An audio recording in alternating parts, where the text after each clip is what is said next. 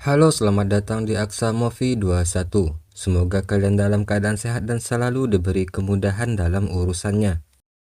Kali ini saya akan membahas bagian ke-9 dari cerita Pedang Langit dan Golok Pembunuh Naga. Agar tidak berlama-lama, berikut rangkumannya. Wuji dan yang lainnya terkejut jika ternyata pria di depan mereka itu adalah Fan Yo, utusan kanan Sekte Ming. Yang Xiao lalu bertanya kenapa wajah Fan Yo menjadi rusak. Fan Yo pun lalu menceritakan kejadian yang dialaminya, di mana saat itu dia sedang menyamar menyelidiki tentang hilangnya ketua Sekte Ming. Fan Yo melihat Cheng Kung yang merupakan kakak seperguruan dari istri ketua mereka. Dia lalu mengikutinya. Dia melihat Cheng Kung bekerja sama dengan pendekar Mongol untuk menghancurkan Sekte Ming. Dikarenakan dia tidak memahami dengan jelas, Fan Yo lalu mengikuti Cheng Kung. Dia lalu menyerang Cheng Kung dan berhasil memukulnya. Tapi ternyata Cheng Kung mengetahui jika dia telah dibuntuti. Cheng Kung telah menyiapkan racun di tubuhnya dan membiarkan dirinya dipukul, sehingga tangan Fan Yo terkena racun. Cheng Kung memukulnya hingga Fan Yo jatuh dari tebing.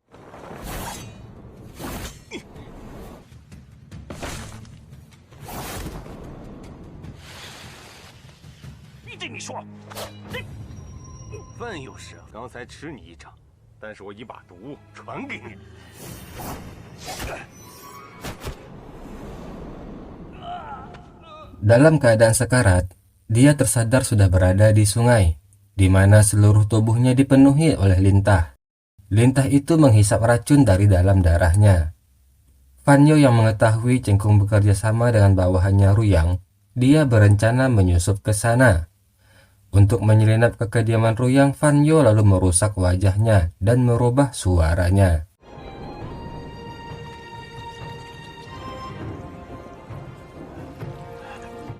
Suatu hari, Ruyang Wang mengundang pembunuh bayaran di seluruh dunia. Fan Yo yang mendapatkan berita tersebut, di hari itu dia membunuh beberapa orang pendekar, sehingga dia mendapatkan kepercayaan dari komandan Ruyang Wang. Semenjak itu dia tinggal di istana Ruyang, namun dia belum pernah bertemu Cheng Kung lagi.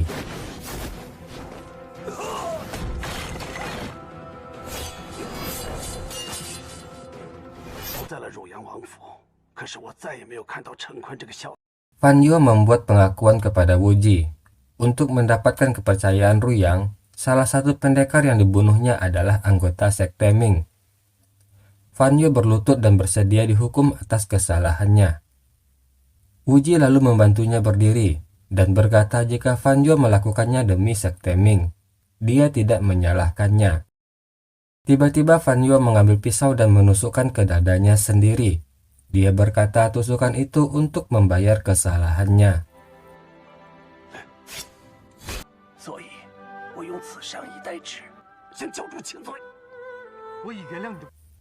Wuji yang melihatnya pun lalu berlutut kepada Fan Yo. Wuji berkata jika Fan Yo melukai diri sendiri, itu artinya dia tidak layak untuk menjadi ketua. Fan Yo berkata, semenjak dia beradu jurus dengan Wuji, dia telah berlutut mengagumi Wuji. Dari dalam hatinya dia telah menganggap Wuji sebagai ketua. Seumur hidup dia akan mengikutinya. Wuji lalu berkata untuk tidak lagi membahas masa lalu. Kemudian dia pun membantu Fan Yo berdiri. Yang Xiao berkata jika sekarang mereka harus melupakan permusuhan dengan sekte lain dan bekerja sama melawan pemerintah. Tugas utama saat ini adalah menyelamatkan pemimpin 6 sekte. Fan Yo lalu memiliki saran untuk mendapatkan penawar racun pelemah saraf terlebih dahulu, membantu mereka memulihkan tenaga dalam, lalu kabur bersama. Di mana penawarnya dipegang oleh para tetua Xuan Ming. Yang satunya memegang racun, sedangkan satunya memegang penawar. Masing-masing pendekar tersebut memiliki kelemahan, di mana Lu Zhangke sangat tergila-gila dengan wanita, sedangkan Hebi Weng adalah pecandu alkohol. Mereka lalu menyusun rencana untuk mendapatkan penawar tersebut. Wuji membuatkan racun pelemah otot yang efeknya sama dengan racun pelemah saraf. Raja kelelawar bertugas menculik selir kaisar. sedangkan Fanyo akan meracuni minuman Hebi Weng. Dia mengajak Hebi Weng makan dan minum arak bersama. Di saat minum arak tersebut, mereka tiba-tiba merasa tidak nyaman pada perut mereka. Fanyo berkata jika mereka terkena racun pelemah saraf, mereka harus segera mendapatkan penawarnya. Hebi Weng berkata jika penawarnya dipegang oleh saudaranya Lu Zhangke. Di tempat lain, Lu Zhangke yang memasuki kamar tiba-tiba melihat selir kaisar berada di ranjangnya. Dia mengira jika murid tertuanya yang telah membawakan wanita tersebut untuknya. Lu Zhangke sangat gembira. Di saat dia akan segera melakukan aksinya, tiba-tiba Hebi Weng datang memanggilnya.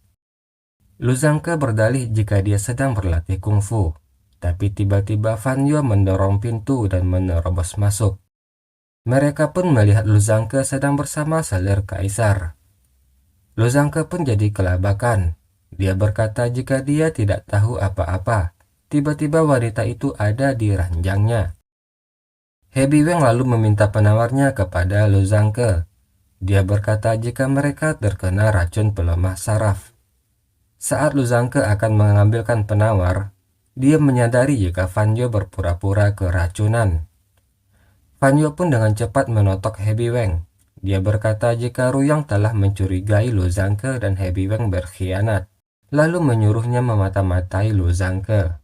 Tapi tidak disangka ternyata Lu Zhangke menculik selirnya kaisar. Fanyo berkata jika dia bersedia merahasiakan kejadian yang dilihatnya hari ini. Tapi Lu Zhangke harus melakukan sesuatu untuknya. Lu Zhangke pun lalu menanyakan apa keinginan Fanyo. Fanyo mulai menjalankan rencananya. Dia berkata jika Zero adalah anak dari hasil hubungannya bersama Miju. Dia ingin membebaskan mereka berdua dari tahanan. Lu Zhangke yang mengerti maksud Fanyo, lalu memberikan penawar racun kepadanya. Untuk lebih aman, mereka lalu berniat memindahkan selir ke dalam pagoda, berdekatan dengan tempat para pemimpin 6 sekte ditahan. Mereka membungkus selir dengan selimut, lalu membawanya. Saat dalam perjalanan, mereka bertemu dengan Zhao Min. Lu Zhangke lalu berdalih jika dia akan tidur di pagoda untuk menjaga tahanan, sebagai antisipasi jika Sekte Ming datang menyelamatkan mereka. Beruntung Zhao Min percaya dengan perkataan Lu Zhangke. Dia lalu membawa Fanyo ikut bersamanya. Zhao Min membawa Fanyo untuk bertemu Wuji. Fanyo bertanya apakah Zhao Min menyukai Wuji. Zhao Min berdalih jika dia hanya ingin membujuk Wuji bergabung dengan pemerintah. Di tempat lain, Lu Zhangke mendatangi Miju di tahanannya. Dia berkata jika seseorang ingin dia membantunya. Miju berkata sebelum dia mati, dia ingin Lu Zhangke membawakan muridnya Zero kepadanya. Zhao Min bertemu Wuji di kediamannya. Dia berkata kunjungannya kali ini karena ada hal yang ingin dibicarakan. Dia lalu membawa Wuji mencari kedai untuk bicara. Di sana Zhao Min lalu memberitahukan identitas aslinya kepada Wuji. Dia berkata jika ayahnya adalah komandan tentara Mongol yang bernama Ruyang Wang. Nama aslinya adalah Min Min Temur. Kaisar memberikan gelar Putri Zhao Min. Mereka pun berdua ngobrol di kedai tersebut. Lu Zhangke membawakan Zero kepada Miju. Lalu dia meninggalkan mereka berdua untuk bicara. Dalam kesempatan itu, Miju menunjuk Zero sebagai penerusnya pemimpin Sekte Eme yang keempat. Zero menolaknya. Dia merasa jika dia belum pantas untuk memikul tanggung jawab tersebut. Akan tetapi Miju memaksanya. Dia berkata jika Zero lah harapan satu-satunya. Miju lalu memberikan cincin pemimpin sekte kepada Zero. Setelahnya, Miju mengatakan perjanjian rahasia tertinggi Sekte Eme yang diwariskan ketua sebelumnya. Lu Zhangke terlihat akan mendatangi selir kaisar yang disembunyikannya. Saat dia akan membuka selimut, tiba-tiba Fanyo yang sudah berada di sana menotoknya. Kepada Lu Zhangke, Fanyo mengatakan identitas aslinya, jika dia adalah utusan kanan dari Sekte Ming. Fanyo lalu membaringkan Lu Zhangke di samping selir. Kemudian dia mengambil kunci ruang tahanan. Fanyo mendatangi ruang tahanan pemimpin Wudang. Dia menjelaskan jika dia sebenarnya adalah utusan kanan Sekte Ming. Dia membawakan penawar untuk memulihkan tenaga dalam mereka. Kemudian bersama-sama kabur dari kuil Wan An. Kinsu tidak mempercayai Fanyo. Dia mengira jika obat yang diberikannya adalah racun. Dia menyuruh Fanyo untuk membuktikannya. Namun tiba-tiba pendekar Song mengambil obat tersebut dan memakannya. Dia memberi isyarat jika itu adalah penawar yang benar. Fanyo berkata jika selanjutnya harus menggunakan tenaga dalam untuk memulihkan kondisi mereka. Lalu dia pun pergi dari sana. Miju terlihat berlutut kepada Zero agar dia memenuhi permintaannya. Yang mana di sini tidak diketahui apa yang ingin Miju Zero lakukan. Miju berkata tidak akan mati dengan damai jika Zero tidak mau melakukannya. Dia akan terus berlutut, tidak akan berdiri sebelum Zero berjanji. Dan akhirnya Zero pun terpaksa berjanji akan melakukan permintaan gurunya itu. Tiba-tiba Fanyo datang membuka pintu tahanan. Dia memberikan penawar racun kepada mereka. Fanyo berkata jika dia adalah utusan kanan Sekte Ming. Namun Miju tidak mempercayainya. Dia tidak percaya jika Sekte Ming akan melakukan hal yang baik. Dia berkata walaupun itu penawar yang benar, dia tidak akan menerima kebaikan dari Sekte Ming. Fanyo pun punya akal. Dia berkata jika sebenarnya yang dibawanya adalah racun. Dia menantang Miju untuk memakannya. Dia mengejek Miju adalah ketua sekte yang takut mati. Siasatnya berhasil. Miju terpancing dan mengambil penawar tersebut lalu memakannya. Kemudian Fanyo lalu memaksa Zero memakan penawar tersebut juga. Selanjutnya Fanyo mendatangi murid sekte Eme di ruang tahanan yang lain. Dia lalu memaksa mereka semua memakan penawar tersebut.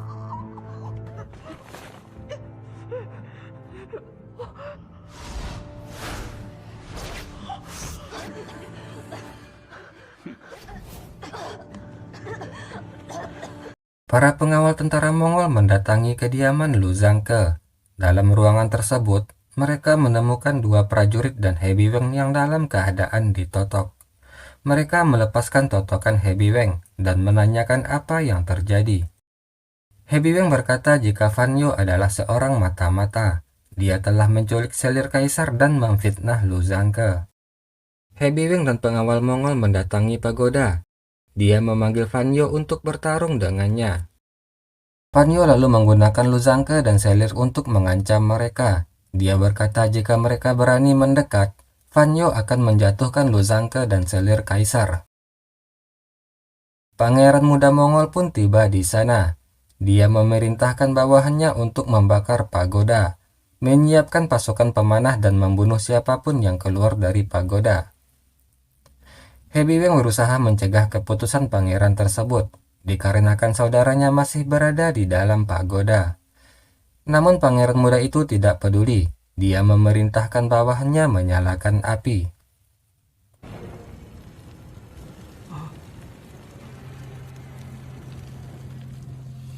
Zhao Min bertanya kepada Wuji jika suatu saat dia bersedia meninggalkan gelar kebangsawanannya dan hidup sebagai orang biasa, dan di waktu yang sama Wuji bukan lagi ketua sekte Ming, apa yang akan Wuji lakukan?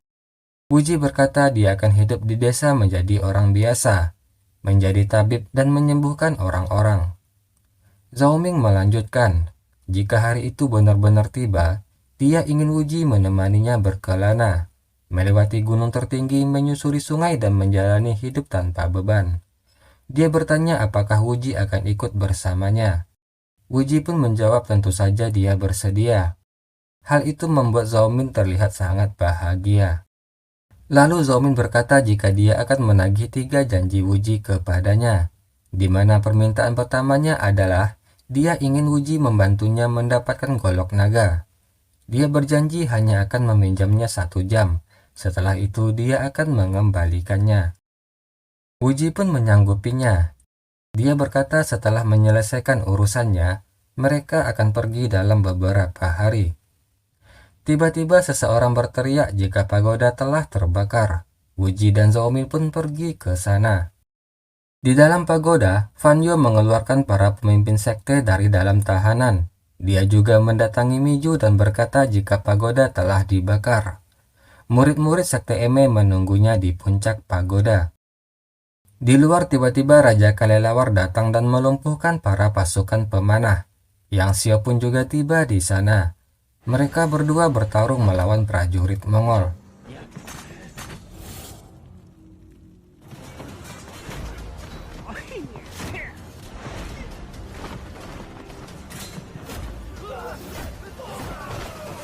Di dalam pagoda, Hebiweng bertarung melawan Fanyo. Dia sangat marah dan berkata jika Fanyo telah mencuri penawar racun untuk menyelamatkan kekasih lamanya Miju dan putri haramnya Zero. Hal tersebut didengar Miju. Dia sangat marah mendengarnya. Namun Fanyo kembali menggunakan akalnya. Fanyo berkata jika Hebiweng licik dan tak masuk akal. Dia berkata Hebiweng telah menfitnah jika Miju adalah kekasih lamanya dan Zero adalah anak haram mereka. Mendengar hal itu, Miju pun sangat marah. Dia lalu menyerang Hebiweng. Wuji juga tiba di sana melumpuhkan para prajurit Mongol. Raja Kelelawar berkata jika Fanyo dan pemimpin 6 sekte terjebak di dalam pagoda. Wuji lalu mencoba menyerang pangeran muda. Tiba-tiba Zhao Min datang menghalanginya. Dia berkata jangan menyakiti kakaknya. Para pemimpin 6 sekte telah berkumpul di puncak pagoda. Mereka tidak bisa melompat dikarenakan terlalu tinggi. Wuji melompat mengalahkan para penjaga pagoda.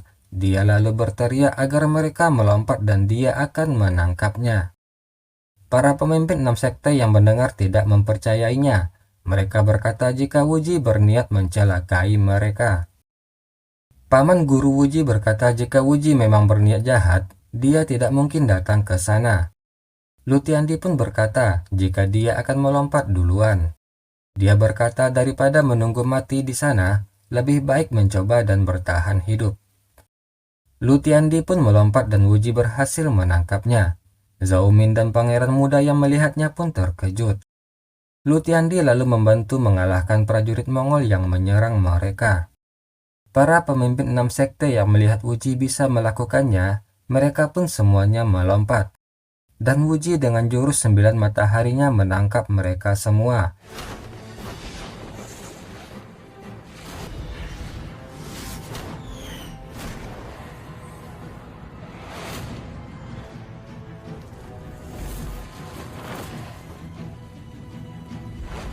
Seorang prajurit Mongol melapor jika istana terbakar. Pangeran muda lalu berkata kepada Zhao Min jika dia akan ke sana memeriksa situasi.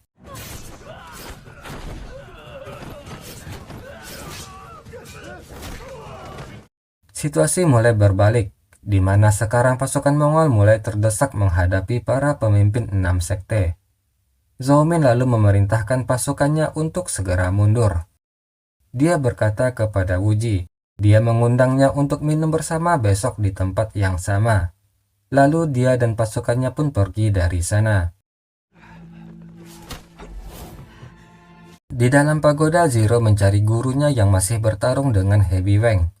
Di sana juga ada Fanyo yang menyaksikan pertarungan mereka. Dalam pertarungan tersebut, Miju terluka terkena pukulan Hebiweng.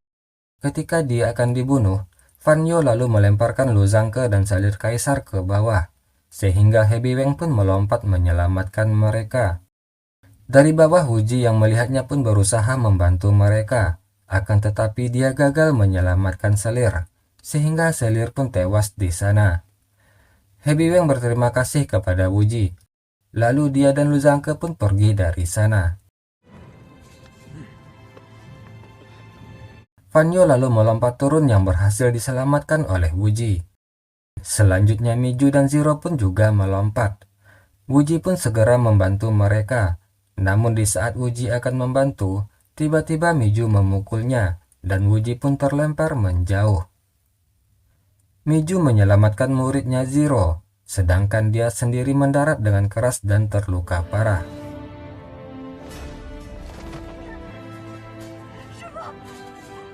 Dalam sekaratnya, Miju berkata kepada Zero untuk mengingat janji yang telah dia ucapkan. Zero pun mengangguk tanda paham. Wuji berkata jika dia akan mengobati lukanya, namun Miju yang keras kepala berkata untuk jangan menyentuh tubuhnya. Lalu Miju pun akhirnya tewas di pelukan muridnya.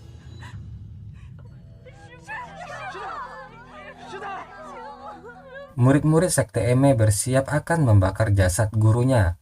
Terlihat di sana para pemimpin sekte memberikan penghormatan terakhir. Wuji mewakilkan Sekte Ming mengucapkan berlangsungkawa, namun sepertinya Jiro hanya mengacuhkannya.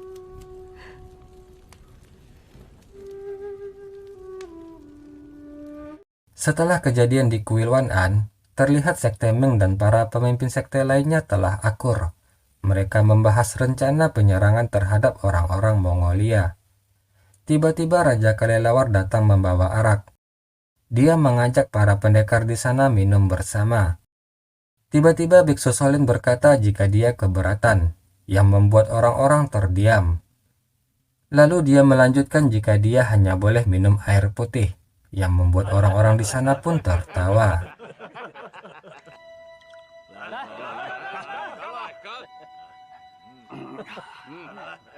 Wuji berkata jika dia akan pergi ke Dadu dan berpamitan dengan para pemimpin sekte lainnya.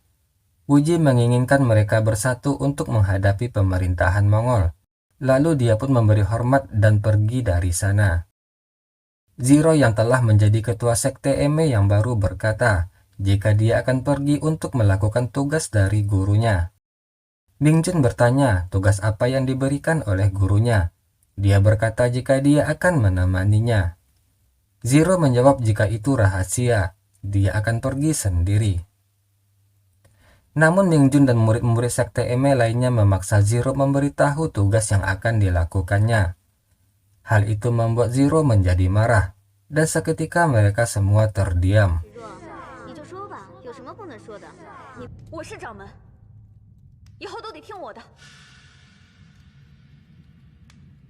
Zero lalu memasuki sebuah penginapan. Dia bertanya mengenai Wuji kepada seorang pelayan di sana. Pelayan itu berkata jika Wuji belum kembali, akan tetapi ada keluarganya di atas. Pelayan tersebut lalu mengantarkan Zero ke kamar Wuji menginap. Wuji yang ditemani Xiao Zhou menemui Zhao Min di sebuah warung makan. Zhao Min yang melihat Xiao Zhou lalu bertanya kenapa Wuji membawanya. Xiao Zhou berkata jika dia di sana untuk melindungi Wuji jika ada yang ingin mencelakainya. Zhao Min pun lalu mengejek Wuji yang selalu dikelilingi oleh wanita. Sambil tersenyum dia berkata, tidak heran jika Miju memanggilnya si cabul kecil. Wuji tidak menghiraukannya. Dia lalu duduk dan bertanya, apakah Zhao Min masih menginginkan golok naga? Zhao Min mengiyakannya sesuai janji Wuji sebelumnya. Wuji berkata akan menyanggupinya. Tapi sebelumnya dia ingin meminjam pedang langit yang ada pada Zhao Min. Zhao Min meminjamkannya, yang ternyata pedang langit tersebut digunakan Wuji untuk memotong rantai Xiao Zhou.